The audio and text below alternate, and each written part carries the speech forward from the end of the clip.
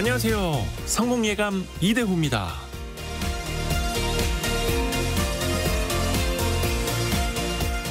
어떤 자산의 가격이 떨어지고 있으면 계속 더 떨어질 것 같다는 불안감이 엄습합니다. 반대로 어떤 자산의 가격이 올라가고 있으면 나도 저걸 빨리 사지 않으면 큰일 날 것 같다는 생각에 조바심이 들고요. 영국의 경제학자 로버트 기펜이 주장한 기펜의 역설이라고도 하는데요. 가격이 저렴해지면 수요가 증가하고 가격이 비싸지면 수요가 감소해야 맞는데 어떤 경우에는 가격이 오를수록 수요가 더 증가하고 가격이 내리는데도 살 사람이 사라진다는 겁니다. 주식과 부동산이 때때로 그렇죠. 불과 1년 반 전에 미분양이 났던 서울의 한 아파트는 가격이 오르기 시작하자 다시 신고가를 기록하고 있습니다. 몇 년 동안 적자 상태를 벗어나지 못하고 있는 어떤 기업은 별다른 근거 없이 주가가 폭등하기도 하고요. 이런 것을 기펜의 역설에 빗대어서 기펜제라고 부르기도 합니다. 워런 버핏은 이런 현상을 단 한마디로 꼬집었는데요. 가격 상승은 판단력을 흐리는 마약이다. 성공예감 이대호입니다. 시작합니다.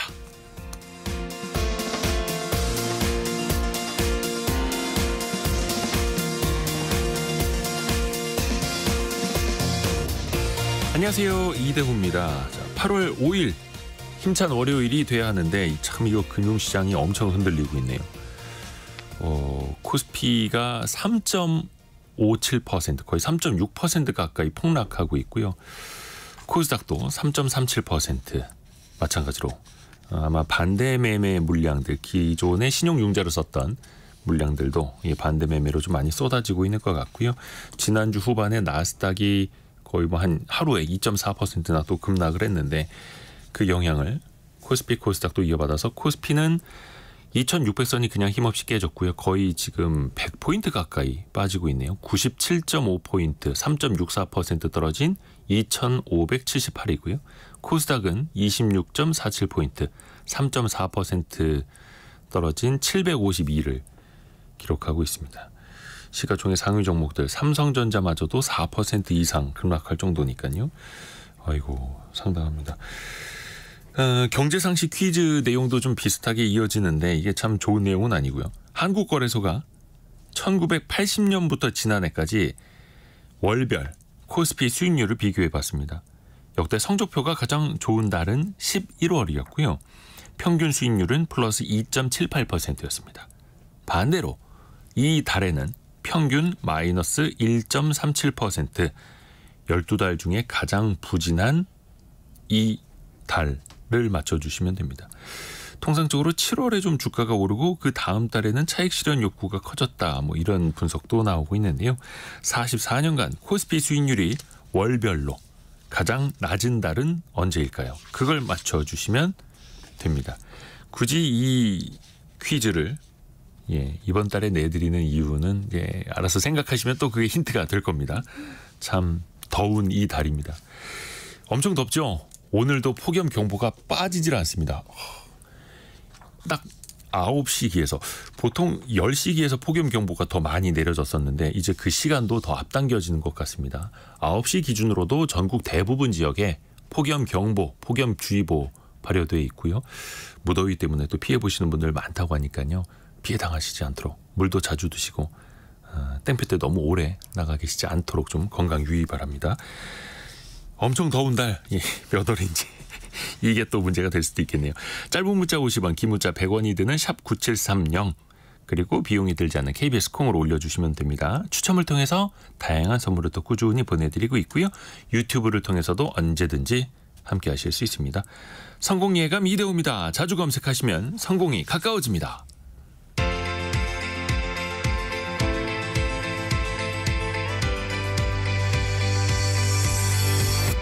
KBS 1라디오 성공예감 이대호입니다.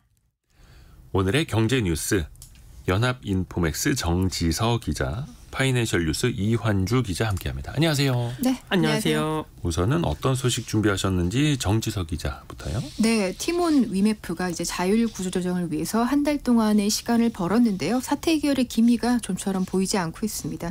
또 우리나라가 고령화 진입하면서 기초수급자 중에 노인의 비중이 점점 늘고 있다는 소식 함께 전해드리겠습니다. 이환주 기자는요. 네, 폭염으로 인한 사망자, 가축 피해 상황 등 알아보고요.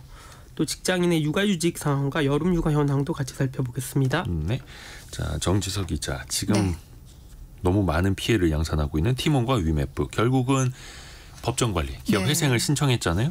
결국 법원이 한 달간의 시간을 줬습니다. 네, 일단 법원이 티몬 위메프가 신청한 자율 구조조정 지원 프로그램, 그러니까 ARS 프로그램이라고 하는데요. 이걸 승인했습니다.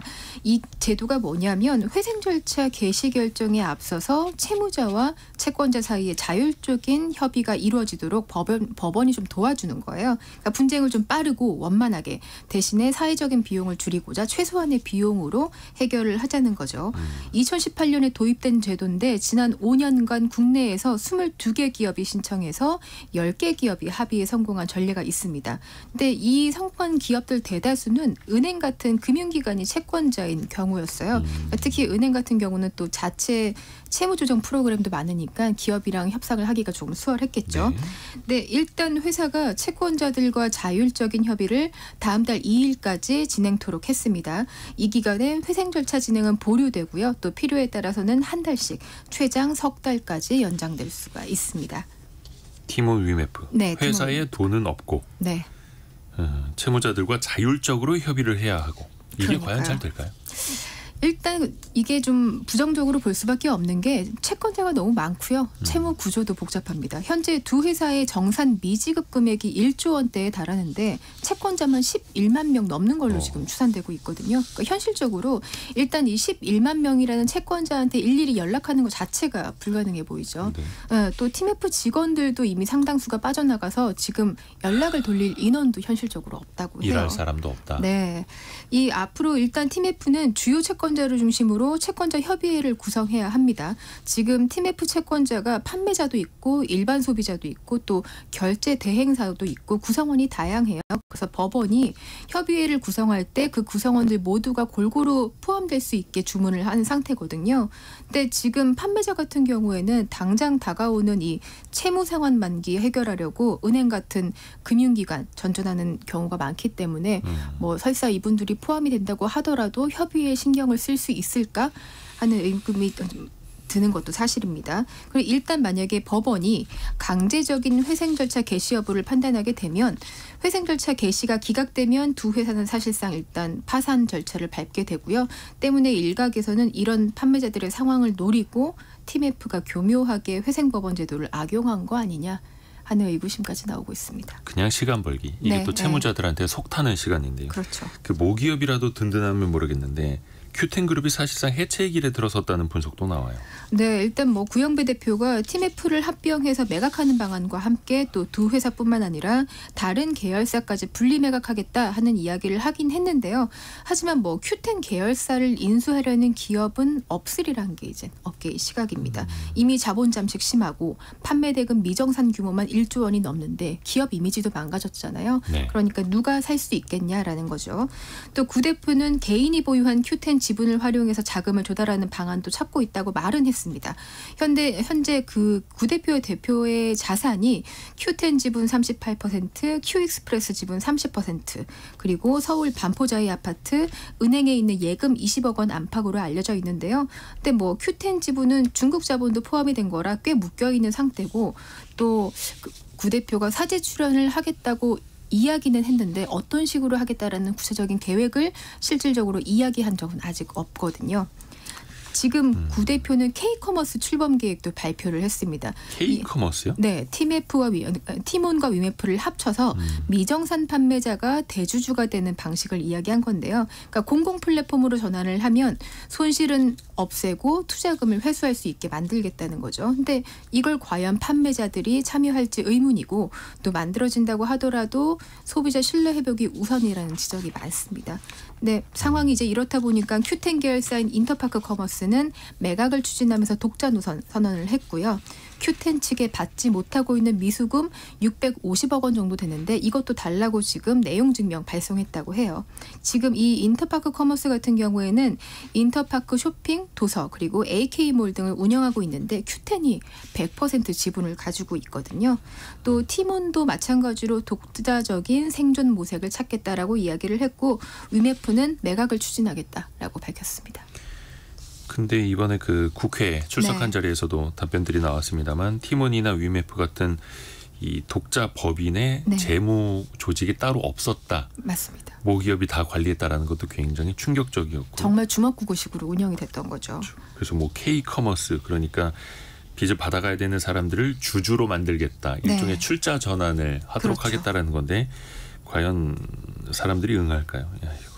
일단 소비자분들은 환불받는 걸 우선적으로 생각을 하실 텐데 네. 그럼 지금 환불은 어떻게 잘 되고 있습니까? 지난주에 안 그래도 이 소비자 환불 진행 상황을 전해드렸는데 일반 상품은 이르면 이번 주 안에 환불이 완료될 것 같은데 문제는 여행 상품입니다.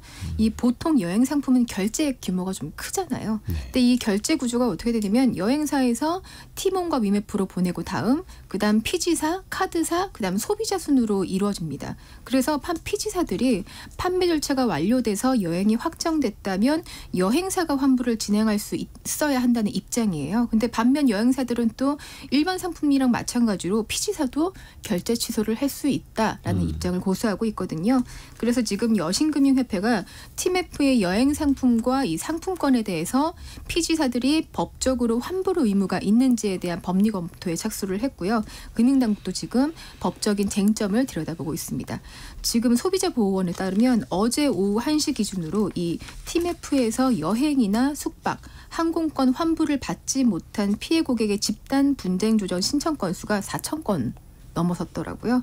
그래서 여행 상품 소비자들은 주말 동안 지금 1인 릴레이 우산 시위도 진행하는 모습을 보였습니다. 아이고 이 더운데 그렇죠. 네. 자 이환주 기자에게 넘어갑니다. 전국에 폭염특보가 또 오늘도 내려졌는데요. 인명피해가 계속 또 발생하고 있어요. 네, 맞습니다. 지난 주말 경기도 여주는 40도를 찍으면서 2018년 이후 6년 만에 사상 최악의 폭염이 발생했는데요. 중앙재난안전대책본부에 따르면 5월 이후에 폭염으로 인한 누적 사망자는 총 11명입니다. 또 이달 2일 지난주 금요일에만 총 2명이 온열 질환으로 사망했는데요. 경북 포항에서 30대 남성이 작업을 하다 쓰러졌고요. 경남 밀양에서는 밭일을 하던 60대 여성도 온열 질환으로 생을 달리했습니다. 지난주 금요일 하루에만 온열 질환자가 154명이 발생했고요. 누적 온열 질환자는 1,550여 명에 달합니다. 이 중 한 30%가 65세 이상이었고 대부분 실외 작업장이나 논밭에서 환자가 발생을 했습니다. 이 기상청은 앞으로 열흘 동안은 전국 대부분 지역의 최고 체감온도가 35도 내외로 폭염과 열대야가 이어진다고 예측을 했는데요. 행안부는 중대본 1단계를 가동하고 폭염 위기용보를 최고 단계인 심각으로 계속 유지하고 있습니다. 특히 이제 가장 더운 시간대인 오후 2시에서 5시에는 밭일 등 외부 작업을 좀 자제하시고요. 또 중대본은 에어컨 등 냉방기구가 제대로 없는 취약계층에게는 공휴일에도 전화, 방문을 통해서 혹시 사고가 있는지 안전을 점검하도록 지자체에 당부했습니다. 또 정부는 생활지원사 3만 명을 동원해서 독거 노인의 안전을 확인하고요. 온열 질환 예방 점검에 나섰습니다. 또 지자체에서도 취약계층 보호활동과 폭염 피해 저감 시설을 운영하고 있습니다. 어려우신 분들이 더 힘들어질 수밖에 없는 그런 또 시기이기도 하고요. 또 농산물 가격도 계속 오를 수밖에 없고 작황도 안 좋아지고 또 닭이나 돼지 같은 가축들도 이 폭염에 계속 노출돼 있어서 이 부분도 걱정이 크더라고요. 네, 맞습니다. 행정안전부에 따르면 폭염으로 현재까지 약 26만 마리가 넘는 가축이 폐사를 했는데요. 네. 이달 1일 기준으로 닭과 오리와 같은 가금류가 23만 6천 마리가 폐사가 됐고요. 돼지는 2만 1,600마리, 넙치가 6천 마리 등 총 26만 마리가 넘는 가축이 폐사를 했습니다. 특히 닭과 돼지는 땀샘이 없어서 스스로 체온을 낮추지 못하거든요. 그래서 특히 폭염에 취약한 것으로 알려졌고요.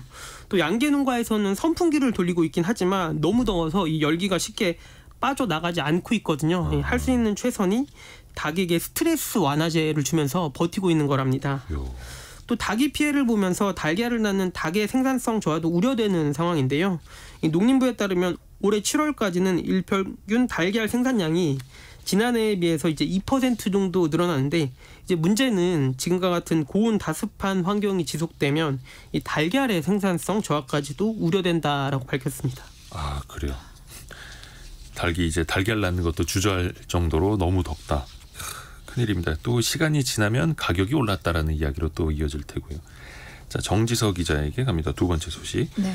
기초생활수급자 중에서 노인의 비중이 갈수록 늘고 있다고요? 네, 최근에 보건복지부가 국민기초생활보장 수급자 현황 자료를 발표했는데요. 네. 기초생활보장급여 일반 수급자 10명 중에 4명 이상이 65세 이상의 노인인 걸로 나타났습니다.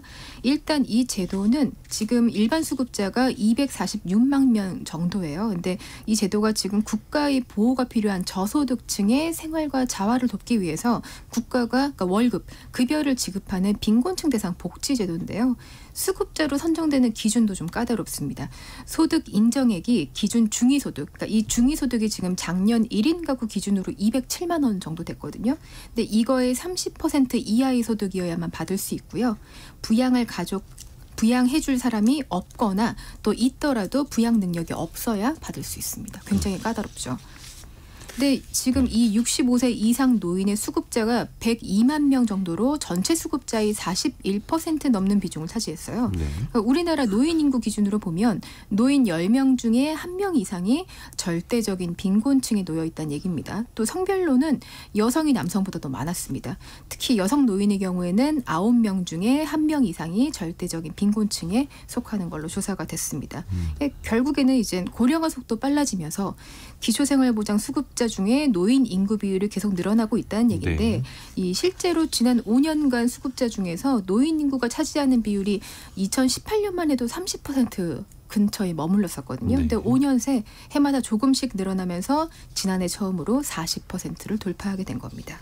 노인 인구도 늘어날 수밖에 없는데 그렇죠. 노인 빈곤율도 더 올라가고 있고 네. 이걸 다른 나라랑 비교해 보면 어떻습니까? 이게 세계적인 관점에서 보면 우리나라가 유독 심해요. 이 OECD 최신 통계에 따르면 2020년 기준으로 한국의 66세 이상 노인 인구의 소득 빈곤율이 40%. 이게 OECD 회원국 평균이 14%거든요. 그러니까 평균보다 3배가 높은 겁니다. OECD가 국가별로 노인 빈곤율을 공개한 게 2009년부터인데 이 이후에 우리나라가 계속 1위를 차지하고 있습니다. 그러니까 그래서인지 이 고령층 취업자가 늘어났다는 통계 결과도 눈길을 끌었습니다. 얼마 전에 통계청이 경제활동 인구 조사 결과를 발표했는데요. 1,600만 명에 육박하는 55세부터 79세의 고령층 인구 중에서 70%가량은 앞으로도 계속 일하고 싶다. 이 의사를 밝혔다고 하더라고요. 실제로 고령층 취업자 얼마나 되나 봤더니 944만 명. 지난해보다 32만 명 더 늘었습니다. 이 고령층의 경제활동 참가율도 60%를 넘어섰는데 이게 지금 역대 최고치라고 해요. 그러니까 나이를 먹어도 일을 놓지 못하는 노인들이 늘어나고 있다는 현실을 보여주는 거죠. 이게 어떻게 당연하다고 봐야 할지 모르겠는데 굉장히 씁쓸한 결과인 것 물론 같아요. 이제 노동의 가치도 좋고 네. 또 이제 나이 들어서도 일을 하셔야 사회생활을 하셔야 네. 또 신체나 정신적인 건강도 유지하실 수가 있는데 그게 노후가 준비되지 않아서 맞습니다. 라면 또 이제 씁쓸한 거죠. 대부분의 노후 준비가 우리나라는 그동안에 자녀에게 투자하는 거였잖아요. 맞아요.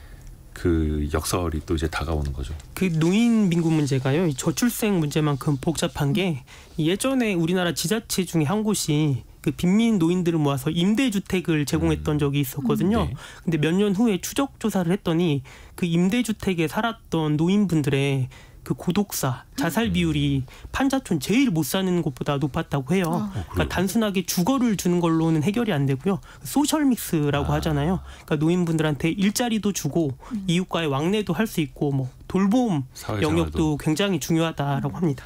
종합적으로요. 종합적으로. 자, 이완주 기자가 준비한 두 번째 소식. 이게 저출산 고령화랑 같이 또 이어지는 이야기인데 육아휴직을 쓰는 아빠들이 그래도 늘고 있나 봐요? 예, 맞습니다. 고용노동부 통계에 따르면요. 올해 상반기 전체 육아휴직자가 6만 7,500여 명인데 이 중 남성이 2만 2,500여 명으로 한 32%를 차지했습니다. 그러니까 육아휴직자 3명 중 1명이 남성이었는데 이게 역대 최대치라고 합니다. 아무래도 대기업일수록 남성 육아휴직자 비율이 높았는데요. 1000명 이상 대기업의 남성 육아휴직자 비율은 44%로 거의 여성과 비슷한 수준, 절반에 가까웠고요. 하지만 이제 100인 미만 사업장에서는 남성 육아휴직자 비율이 23% 정도로 절반 수준이었습니다. 이 전반적인 남성 육아휴직자의 확대는 올해부터 부모 동반 육아휴직에 대한 급여가 늘었기 때문으로 보이는데요. 지난해까지는 12개월 이내 자녀를 돌보는 부모가 함께 유직을 하면 첫 3개월 동안만 통상임금의 100%를 줬습니다. 네.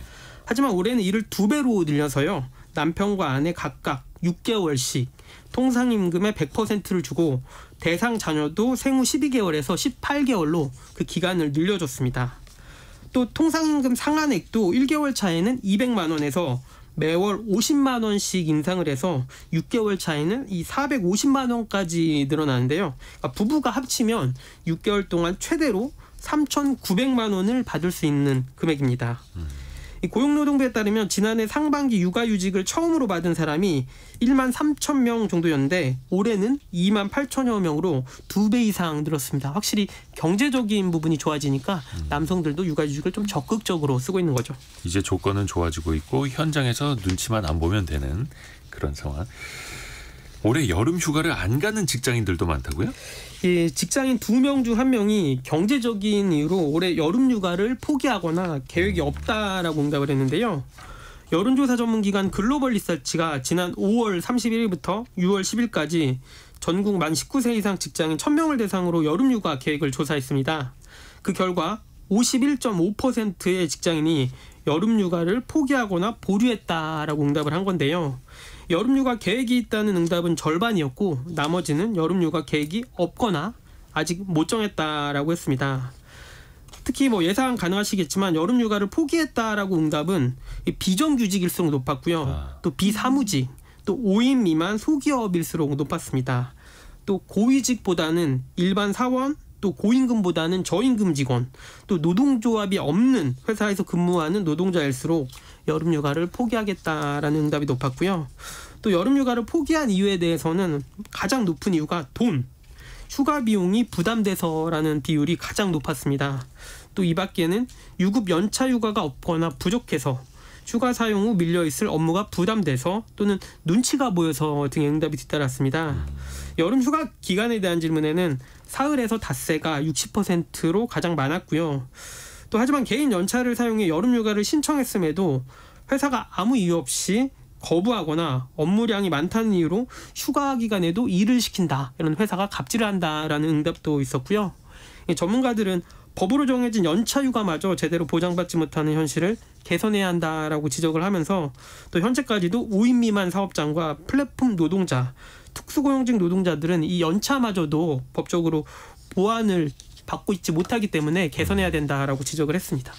이 무더위에 휴가라도 좀 쓸 수 있어야 하는데 다들 이제 하루라도 또 쉬면 소득이 또 걱정되는 분들도 많고 그런 현실적인 문제도 있고요. 파이낸셜 뉴스 이환주 기자, 연합인포맥스 정지석 기자 함께했습니다. 고맙습니다. 고맙습니다. 감사합니다.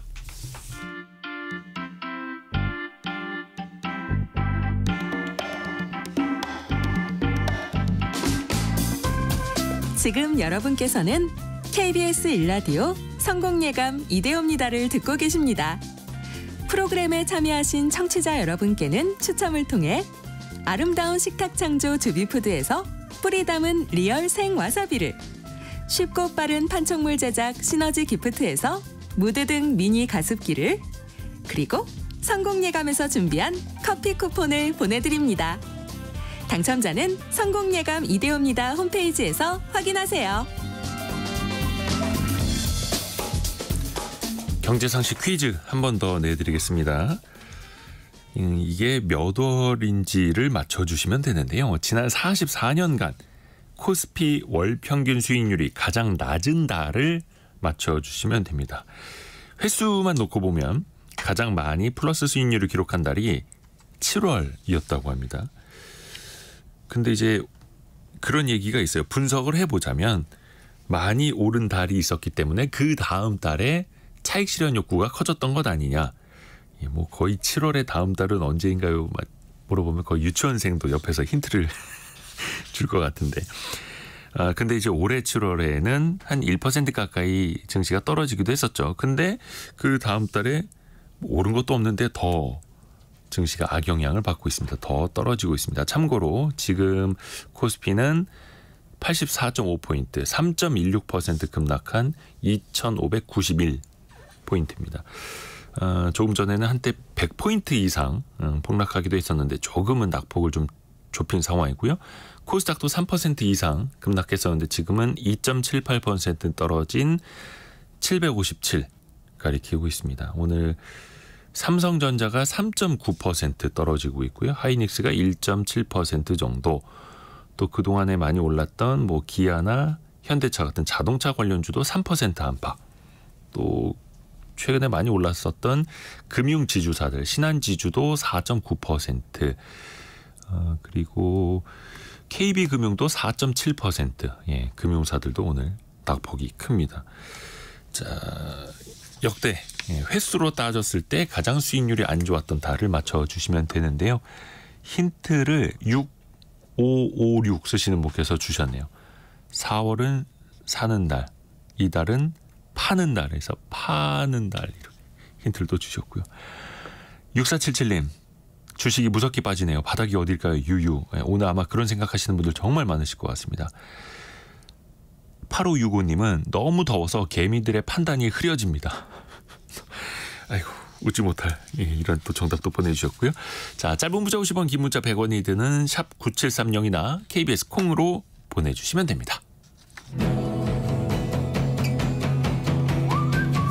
오늘의 움직임에 주목하고 세상의 흐름을 놓치지 않습니다. 여러분의 내일을 응원하며 성공의 열쇠를 함께 찾아갑니다. 성공예감 이대호입니다. 그런 말이 있습니다. 돈은 앉아서 빌려주고 무릎 꿇고 받는다라고 하는데 깔끔하게 주고받으려면 차용증을 제대로 써야 하는데요. 슬기로운 세무생활 누리세무그룹 김철훈 세무사와 함께합니다. 세무사님 안녕하세요. 안녕하세요. 김철훈 세무사입니다. 부모랑 자식, 네. 뭐 형제, 자매, 네. 남매 간에도 돈 거래를 할 때 차용증을 써라라는 거죠. 이게 필수라고 생각을 해야 됩니까? 네, 이제 먼저 차용증을 왜 쓰는지 먼저 알아보는 게 좋을 것 같은데요. 네. 만약에 이제 돈을 빌려준다면 나중에 이 돈을 떼이지 않기 위해서 최소한의 약속을 해두는 게 이제 차용증인데요. 네. 이렇게 차용증 말고도 뭐 빌려준 돈을 떼이지 않기 위해서는 근저당을 잡아놓는다든가 아니면 뭐 제때 못 갚을 땐 연체 이자라든지 공증이라든지 이런 법적인 안전장치를 마련하는 게 중요합니다. 근데 이제 부모 자식 간에도 이런 차용증을 쓰는 경우 중에 이런 경우가 있어요. 예를 들어서 이제 아버지가 아들을 불러요. 네. 아들 앉아봐라. 내가 너한테 1억을 주고 싶은데 그냥 주면은 증여세를 내야 한단다. 그런데 이제 돈을 그냥 주는 게 아니라 빌려주는 거면 증여세를 안 낸다고 하니 우리 빌려주는 것처럼 차용증을 하나 만들자. 그리고 이제 차용증은 만들지만 아들 너는 나에게 돈을 갚지 않아도 된다. 이렇게라고 할 수도 있어요. 그래서 국세청에서는 부모 자식 간의 이제 돈 거래에 대해서는 대여로 안 보게 됩니다. 그런데도 이제 돈을 준 부모가 증여세를 내기 싫어서 굳이 빌려준 거라고 이야기를 하게 되면은 이제 그러면은 국세청에서는 진짜로 빌려준 거 맞아요? 그러면은 한번 빌려준 게 맞는지 봅시다라고 해서 증거를 요청하게 되고요. 그때 아주 최소한의 증빙이 바로 차용증입니다. 아하. 그래서 쉽게 말해서 차용증을 작성했다고 해서 돈을 빌려준 게 맞다 이게 아니라 돈을 빌려준다면 아주 최소한은 차용증 정도는 작성하지 않겠는가라는 거입니다. 원래 차용증이라는 게 떼이지 않기 위한 안전장치인데 네. 특히 이게 부모 자식 간의 거래일 때는 국세청에서 저거 빌려준 거 아니고 사실상의 증여야라고 일단은 전제를 세워놓고 판단한다는 거죠. 예, 맞습니다. 그래서 차용증을 썼다면 그리고 부모 자식 간에 빌린 걸로 한다면 실질적으로 이자가 오가야 되지 않겠어요? 예, 맞아요. 네. 이자 주고받는 것도 당연한 건데요. 은행에서 내가 대출을 받을 때를 생각을 하면 돼요. 이제 제 3자에게 돈을 빌리고 나서 그거에 대해서 이자를 주는 것과 동일하게 진행을 하면 되는데요. 네. 이제 궁금한 게 있어요. 이자는 어느 정도를 지급해야 될까 부모 자식 간에는. 그렇죠. 그래서 기준이 중요한데 만약에 내가 은행에 찾아가서 대출을 받으면은 나오는 이자율을 적용한다면 이게 가장 합리적일 거예요. 그래서 이제 그게 얼마냐 나라에서 딱 정해줬습니다. 연간 4.6%. 이제 이렇게 부모 자식 같은 특수 관계자 사이에는 이 이자율 연간 4.6%를 적용해야 진짜 빌려준 거고 이게 합리적인 거다라고 보게 됩니다. 그냥 자식한테 싸게 빌려주고 싶어서 네. 연 1%, 네. 연 0.5% 이렇게 하면 안 된다라는 지금 거죠. 그러면 안 됩니다. 예. 근데 이게 4.6%도 그 금리 상황에 따라서 어떻게 변할 수 있는 거예요, 이것도? 매년 바뀌긴 하는데요. 2016년도 선거부터인가 이제 4.6%로 당좌 대출 이자율이라는 게 있어요. 은행 가서 이제 마이너스 통장 빌릴 때 이자율 정도라고 생각하시면 되는데 그 이자율을 나라에서 이제 정해줍니다. 그래서 2016년도서부터는 4.6%로 해서 고정이 돼 있다. 네, 그렇습니다. 근데 이게 사실 이자에도 세금이 붙지 않습니까? 맞아요. 이자 소득세도 신경 써야 되나요? 네, 그렇죠. 이제 증여세를 안 내기 위해서 서로 빌리고 빌려주는 걸로 처리한다고 해서 세금에서 자유로워지는 게 아니에요. 결론부터 이야기를 하면은 돈을 빌린 금액에 따라서 무조건 이제 세금 문제가 발생한다고 보는 게 맞는데요. 네. 돈을 빌려준 사람한테 이자 소득세가 생긴다든지 아니면 돈을 그냥 받은 사람에게 증여세가 부과된다든지 하는 건데요. 이제 빌린 거면 또 하나 고려해야 될 게 자녀가 부모에게 이자를 지급할 때요. 국세 25%, 지방세 2.5% 합쳐서 총 27.5%를 원천 징수를 하고 신고 납부해야 됩니다. 이게 엄청 많죠. 네. 이게 회사에서 뭐 일한 사람한테 원천 징수하고 월급이나 급여 주는 경우는 있는데 네. 이거를 자녀가 부모한테 이자 지급할 때 원천 징수하고 신고 납부를 해야 돼요. 해야 됩니다. 예를 들어서 내가 부모님께 이자를 100만 원을 줘야 된다. 네. 그럼 부모님께 100만 원을 다 이자를 드리는 게 아니라 거기에서 27.5%인 떼서 27만 5천 원을 떼고요. 부모님께는 72만 5천 원을 드려요. 이자로. 그리고 내가 뗐던 27만 5천 원은 원천 징수로 해서 다음 달에 10일까지 세금 납부해야 되는 거예요. 이제 부모님이 아이고 길동아 100만 원이 아니라 돈이 좀 빈다. 그런다. 맞습니다. 예. 아버지 그 원천 징수한 거예요? 세금이에요. 네. 야, 이 원칙이 그거다라는 거고. 맞습니다. 또 반대로 이자를 받지 않고 그냥 빌려줘도 괜찮은 경우가 있어요? 네, 세법 규정을 이제 잘 살펴보면은요, 어느 정도까지는 세금 없이 빌려줄 수 있는 방법이 있기는 해요. 이제 법에서 봤을 때, 세법에서 봤을 때 제대로 이자를 받았다면 연간 이자가 1,000만 원 이상인데도 만약에 이걸 안 받고 무이자로 빌려준다라고 하면 이거에 대해서 증여세로 과세하는 규정이 있어요. 그러니까 거꾸로 말하면 네. 이제 어느 정도까지 돈을 빌려줄 때 이자를 안 받아도 되는 금액이 있습니다. 이걸 한번 계산을 해보면 제가 조금 전 말씀드렸던 연간 4.6%는 받아야 된다. 이걸 원금을 환산해보면 2억 1,700만 원까지는요. 이자율 4.6%를 곱하면 1,000만 원의 이자가 나오게 됩니다. 네. 그러니까는 2억 원 정도를 빌리고 이자를 무상으로 하게 되면 연이자율 4.6% 곱하면 920만 원의 이자가 발생하는데 이걸 연이자 1,000만 원이 안 되기 때문에 이것까지는 안 받아도 이자에 대해서 원금이나 이자에 대해서는 증여세를 부과하지 않아요. 당연히 원금 2억에 대해서는 서로 제대로 주고 다시 돌려받는 주고받고 해야 되는데 이자에 대해서만큼은 증여세가 안 나오게 됩니다. 약 2억 원을 증여가 아니라 대여해 준 거다라고 하고 예. 그 대여한 것에 대한 이자를 실질적으로 주지 않아도 네. 그 이자가 1,000만 원을 넘지 않는다면 네. 이 정도는 넘어가 준다라는 거네요. 네, 이자에 대해서는 넘어가고 원금 2억 원은 반드시 다시 갚아야 됩니다. 근데 이것도 차용증을 써놔야 되는 거고 예, 맞습니다. 그리고 증여는 아니니까 증여 신고는 할 필요는 없지만 네, 뭔가 증빙은 미리 해놔야겠네요. 맞습니다. 이것도 국세청이 또 다 파악할 수 있는 거고요. 혹시 차용증을 또 안 써보신 분들 입장에서는 그런 질문 하실 수도 있을 것 같아요. 차용증 양식이 따로 있나요? 어디 국세청에서 제공을 하나요? 네. 이런 질문 나올 것 같거든요. 네, 차용증이라는 거 양식이 따로 있는 거는 아니고요. 그래도 이제 내용을 적을 때 필요한 5가지의 정보와 내용은 적어주셔야 되는데 이 5가지가 뭐냐? 첫 번째, 채권자와 채무자 정보예요. 돈을 빌려준 사람이랑 빌린 사람의 이름, 생년월일, 주민번호, 주소, 연락처 같은 기본 정보를 적어두는 게 좋고요. 그리고 두 번째는 얼마를 빌렸는지 차용 금액입니다. 이 금액을 명시적으로 좀 적고요. 네. 이제 숫자로도 적고 한글로도 2번 적는 게 좋습니다.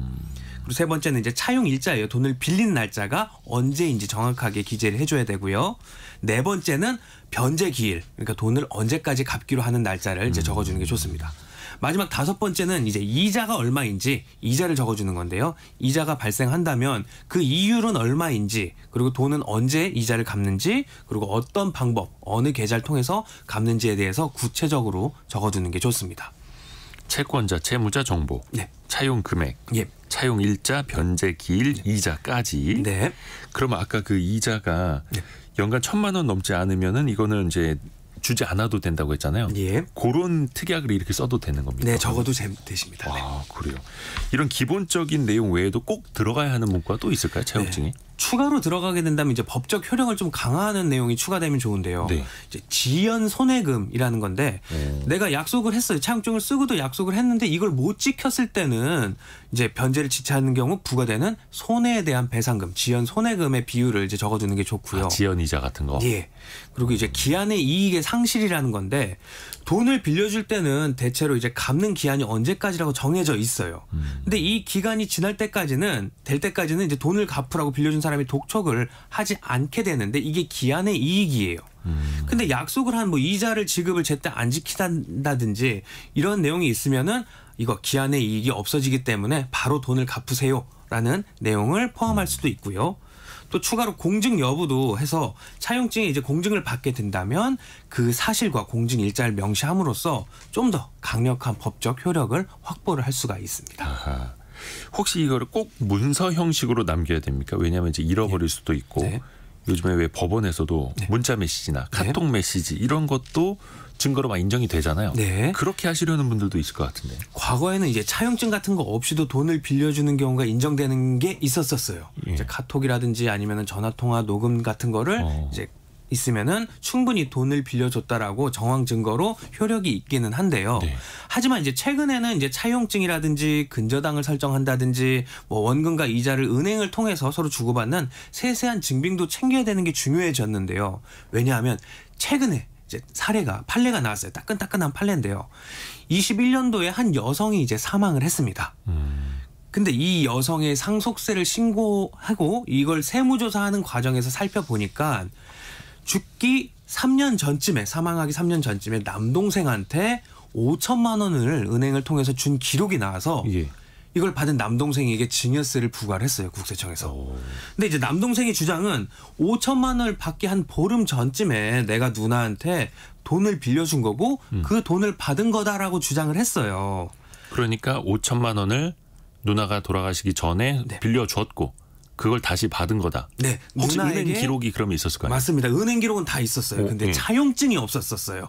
그래서 법원에서 인정이 안 됐어요. 판결을 내린 이유는 뭐냐면 남동생 원고가 네. 이제 이렇게 큰 돈을 누나한테 주면서 계약서나 차용증이나 이런 객관적인 증빙을 전혀 남기지 않았다는 거는 이제 뭐 온누이 둘의 관계를 고려하더라도 일반적이지 않기 때문에 이거에 대해서는 돈을 빌려주고 받은 게 아니라 증여다라고 판례를 내렸습니다. 그래서 이분들은 좀 억울한 포인트가 있을 것 맞아요. 같은데요. 예, 아니 그럴 수 분명히 있어요. 은행 기록에도 5천만 원이 갔다 온 게 찍혀 있는데 네. 이거를 왜 내가 증여를 받은 걸로 하느냐. 네. 그렇죠. 그렇기 때문에 증빙을 남겨두는 게 중요합니다. 최소한의 방어 수단으로 활용을 할 수 있어야 되는 거네요. 맞습니다. 차용증으로. 현금이라는 건 이제 꼬리표가 없기 때문에 네. 이제 돈을 빌려줬다 그리고 다시 받았다라는 거는 돈의 흐름만 가지고는 사실 판단은 하지는 않아요. 세법에서는. 그럼 이거 차용증 쓰고 어떻게 공증까지 받아야 됩니까? 어때요? 네. 공증까지 받으면은 좀 더 이제 강력한 법적 효력을 확보할 수 있는데 네. 이제 문제는 비용이에요. 공증이 이제 받을 때는 빌리는 돈의 한 0.1%에서 2% 정도 되기 때문에 만약에 2억일 경우라고 한다면 한 공증 비용이 20만 원에서 한 40만 원 정도가 들어가거든요. 근데 공증하고 같은 효력을 발생하지만 대신에 비용을 많이 아낄 수 있는 꿀팁이 있는데 네. 먼저 이제 내용 증명이에요. 우체국에 가서 내용 증명으로 해서 보내게 되면 5천 원 정도만 내고도 공증과 똑같은 효력이 있고요. 아하. 난 이 5천 원도 비싸다 하면 더 싸게 아낄 수 있는 방법이 있습니다. 법원 등기소에 가서 등기소에서 확정일자를 받게 되면은요 단돈 600원만 내면은 아하. 이 공증과 같은 효력을 발생시킬 수가 있습니다. 제일 저렴한 방법이에요. 혹시 이렇게 꼼꼼하게 준비를 했는데도 세무조사를 받는 경우가 있습니까 또? 네, 단순히 이제 차용증을 썼다라는 것만으로 돈을 빌려줬다라는 걸 확인된다거나 아니면 예. 반대로 차용증이 없다고 해서 이건 돈을 빌려준 게 아니라고 부인된다고 단정할 수는 없어요. 말씀드렸듯이 차용증에 만드는 거는 돈을 빌려줬다라는 하나의 정황 증거에 이제 불과한 거기 때문에 이제 세법에서는 부모와 자녀가 실제로 진짜 돈을 빌려준 거라고 한다면은 차용증, 뭐 금전 소비대차 계약서라든지 그리고 이자를 주고받는 것도 세법에 따라서 진행을 해야 증여세가 과세되지 않도록 하고 있습니다. 근데 이제 중요한 건 뭐냐면은 이걸 내가 준비한다고 해서 끝나는 게 아니라 이 최종적인 결정을 하는 사람은 관할 세무서장이 사실관계를 다 따져본 다음에 판단을 하게 됩니다. 네. 그래서 이제 내가 증여가 아니라 돈을 빌려준 거라고 할 거라면은 준비해야 되는 게 차용증과 같은 금전 소비대차 계약서 그리고 근저당 설정 같은 것도 하는 게 중요하고요. 그리고 마지막으로 가장 중요한 게 원금도 제대로 갚고 또 이자도 제대로 갚고 그리고 이자를 줄 때는 세법에 맞는 이자율에 세법에 맞는 원천징수까지 하면서 금융 증빙을 다 보관을 한다면 이제 증여세 아니고 돈을 주고 받는 걸로 처리가 될 수 있기 때문에 이 부분 잘 주의해야 됩니다. 그래야지 또 국세청의 오해를 사지 않을 수 있다. 맞습니다. 거고요. 김철훈 세무사였습니다. 고맙습니다. 감사합니다. 라디오 정보센터 다녀옵니다. 북한 조선중앙통신은 신형 전술 탄도미사일 발사대 250대를 국경 제1선부대들을 인도하는 인계인수 기념식이 어제 평양에서 치러졌다고 보도했습니다. 8월 임시국회 첫날인 오늘 오후 본회의에서 더불어민주당을 비롯한 야당 주도로 노동조합 및 노동관계조정법 개정안, 이른바 노란봉투법이 표결 처리될 전망입니다. 고용노동부는 내년도 적용 최저임금을 올해보다 1.7% 170원 오른 시간급 1,030원으로 결정 고시했습니다. 이를 일주 40시간 월 209시간 근무 기준 월급으로 환산하면 209만 6,270원입니다. 미국발 경기 침체 우려로 오늘 우리 증시가 개장과 동시에 3% 넘게 하락하며 코스피가 3개월 만에 2,600선 아래로 내려갔습니다. 2거래일 연속 큰 폭의 하락세입니다. 지금까지 라디오 정보센터 뉴스 정한나였습니다. 이름이 다소 어렵긴 한데요. 커버드콜 ETF라는 게 있습니다. 이게 올해 상반기에만 이 어려워 보이는 이름 ETF 상품에 3조 7천억 원의 자금이 몰렸습니다. 반년 사이에 5배 넘게 급증한 건데요. 왜 이런 상품이 인기인지 그리고 또 최근에 금융당국이 주의보를 내리기도 했습니다. 어떤 사연인지 돈워리 투자백서 시간에 배워보시죠. 어서민의 성선화 대표와 함께합니다. 안녕하세요. 네, 안녕하세요. 이게 좀 복잡하잖아요. 커버드콜에 대한 좀 설명부터 좀 해주셔야 될 것 같아요. 아, 네. 사실 저도 이제 증권부에서 취재할 때 이 설명을 정말 한참 듣고 나서 이해를 했던 기억이 나거든요. 이게 굉장히 어려운데요. 일단은 커버드콜이라는 것 자체의 이름에서 어느 정도 드러나는데요. 이게 지금 원래 우리가 생각하는 주식 투자라고 하면 일단 주식을 내가 싸게 사서 비싸게 판다. 네. 이 개념이 기본이잖아요. 그렇죠. 그래서 내가 주식을 사는 건데요. 이 커버드 콜 상품 같은 경우에는요. 내가 주식을 사는 것과 동시에 어떤 거를 생각을 하냐면요. 아, 내가 이 주식을 얼마에 팔 것까지도 생각을 하는 거죠. 그래서 이게 양방향 전략으로 가는 거거든요. 그러니까 이런 것들이 주로 이제 해치펀드 투자자들이 손에 너무 이제 주식의 변동성이 크다 보니까 일단 주식이 올라도 수익이 나고 떨어져도 수익이 나는 방법이 없을까라는 거를 고민을 한 결과 이런 커버드 콜 전략이 나타난 건데 그러면 내가 이 주식을 사면서 팔 것까지 생각을 하는 거잖아요. 네. 근데 내가 이 주식을 얼마에 팔 거야라는 거에 대한 생각까지 해서 거기에 어떤 프리미엄을 붙여서 파는 거죠. 그래서 이거는 사는 것과 동시에 내가 이 특정 주식을 얼마에 팔 수 있는 권리를 동시에 팔기 때문에 내가 어떤 거를 팔잖아요. 그러면 네. 거기에 대한 대가를 받게 되죠. 프리미엄을. 그렇죠. 그러니까 주식을 사면서도 내가 프리미엄을 팔았기 때문에 수익이 일정 부분은 일단은 생기는 거죠.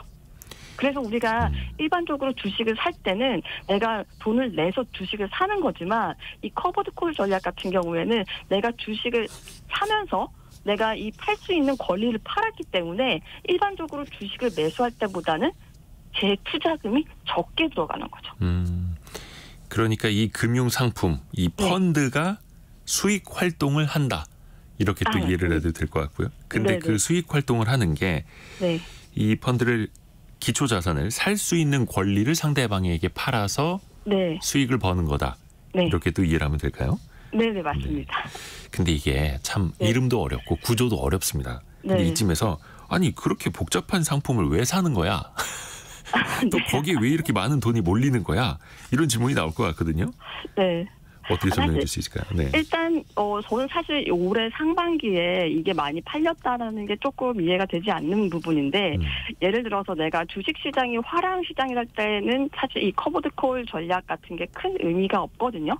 왜냐하면 주식이 계속 오르고 있기 때문에 내가 주식을 사면 올라서 시세 차익을 낼 수 있는데 이 커버드 콜 전략이라는 게 잘 먹히는 타이밍 그때는 주식시장이 횡보를 하고 있기 때문에 이걸로서만 시세 차익이 잘 나지 않는다. 또는 주식시장이 하락하고 있어요. 지금 같은 하락장이잖아요. 그러면 예를 들어서 오늘처럼 주식이 하락할 때 내가 주식을 사면서 이 특정 주식을 팔 수 있는 권리를 프리미엄을 받기 때문에 내가 주식이 떨어지니까 주식을 안 팔고 있으면 일단은 손익을 실현한 건 아니에요. 손해는 안 본 거잖아요. 일단 버티면 되는 거잖아요. 네네네. 근데 거기에다가 내가 이 주식에 대한 어떤 프리미엄까지 받았기 때문에 수익이 생기는 거거든요. 그래서 분배금이라는 게 이 프리미엄에서 오는 거기 때문에 이 커버드 콜 ETF 같은 경우에는 분배금이 많은 이유가 내가 주식을 살 때도 일단은 프리미엄을 받고 이게 특정 시점에 왔을 때 주식이 떨어진다고 하더라도 프리미엄 받기 때문에 분배금이 높은 그런 장점은 있는 거죠. 사실 요거를 이해를 하시려고 하면 콜 옵션이라는 거를 먼저 이해를 하셔야 되거든요. 그래야지 이 커버드 콜이 뭔지를 명확히 아실 수가 있어요. 이제 콜 옵션이라는 거는 이제 우리가 생각하는 일반적인 이제 주식 매매할 거는 차원이 다른 건데 우리는 이제 주식을 살 때 내가 이 특정한 주식을 증거금 100%라고 했을 때 삼성전자 주식이 예를 들어서 5만 원이다라고 하면 내가 5만 원을 내고 삼성전자 주식을 사는 것. 이게 기본적인 주식의 개념인데요. 콜 옵션 같은 경우에는요. 특정한 어떤 시점. 지금 보니까 삼성전자 주식이 굉장히 많이 떨어진 것 같은데 요거를 한 달 뒤에 내가 얼마로 사면 내가 돈을 벌겠다. 이런 생각들을 일단은 투자자들은 할 수가 있잖아요. 그러면 내가 특정한 시점에 만기라고 얘기를 하거든요. 그 만기 시점에 이 특정한 주식을 얼마로 살 수 있는 권리. 그러니까 예를 들어서 삼성전자가 지금 5만 원인데 한 달 뒤에는 6만 원에 돼 있을 것 같아. 그러면 한 달 뒤에 제가 만약에 삼성전자를 5만 원에 만약에 산다. 살 수 있는 권리를 가지고 있다라고 하면 제가 한 달 뒤에는 6만 원이 됐을 때 그렇죠. 만 원을 벌 수 있는 거죠. 시세 차익을. 그렇죠. 근데 그 프리미엄은 내가 일정 금액 돈을 냈는데 그 프리미엄이 만약에 1,000원이다. 그러면 저는 시세 차익 만 원을 내면서 그 프리미엄에 대한 1,000원을 돈을 줬기 때문에 비용 실제 9,000원을 버는 거죠. 그렇죠, 그렇죠.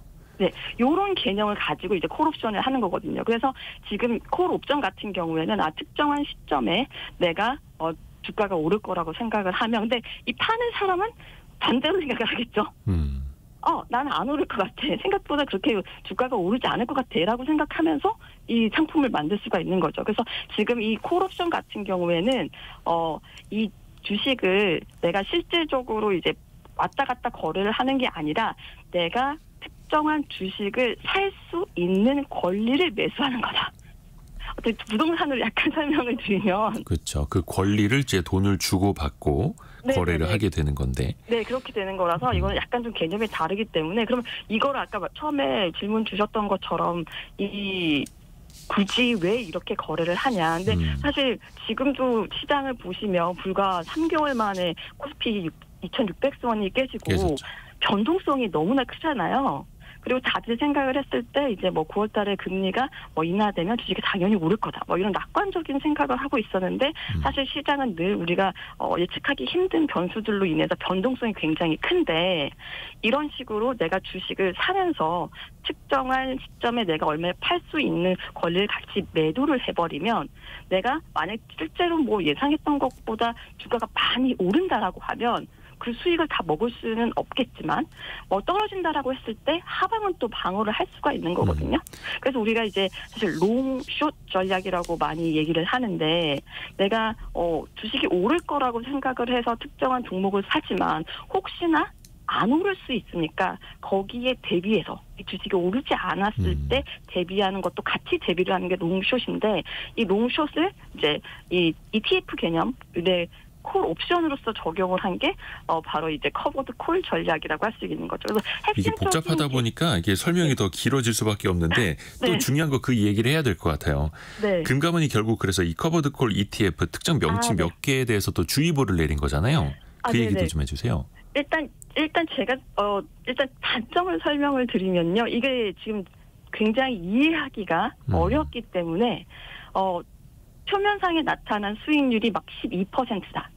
분배금을 10%다 준다. 이런 식으로 얘기를 들었을 때 혹해서 그러면은 이게 어떤 시장 상황에서도 일정하게 어떻게 보면 배당을 받는 것처럼 착각을 하실 수가 있는데 이거는 전혀 배당하고는 전혀 다르기 때문에요. 배당은 우리가 약속을 했을 때 일정한 기간 동안에 따박따박 나오는 게 배당인데 이 커버드 콜 ETF에서 분배금 같은 경우에는 전혀 약속이 되어 있는 게 아니거든요. 확정이 아니라는 거죠. 확정. 네, 확정이 아니기 때문에 상품명만 들었을 경우에 이게 배당인가 싶을 수도 있지만 이게 전혀 확정된 게 아니고 변동성이 크기 때문에 이 투자자들에게 혼란을 일으킬 수 있다. 어떻게 보면 불완전 판매와 비슷한 그런 개념이기 때문에 이걸 하지 말라라고 일단은 제재를 한 거고 제가 보니까 이제 금감원에서 제재가 들어가면서 이제 운용사들도 요 이름을 좀 바꾸는데 좀 바꾸려고 하고 있는 것 같더라고요. 그래서 그렇죠. 그 커버드콜 ETF 상품 이름에 아예 숫자 또 프리미엄 이런 단어가 들어가 있어서 또 금감원에서도 이걸 또 이제 이러지 말아라 제도를 또 개편하고 있는 거고요. 어서민의 성선화 대표와 함께했습니다. 벌써 시간이 다 됐네요. 고맙습니다. 네, 감사합니다. 오늘 시장이 많이 급락하고 있는데요. 2부 개미스쿨 시간에 이어서 들어보시죠. 10시 5분에 금방 다시 뵙겠습니다.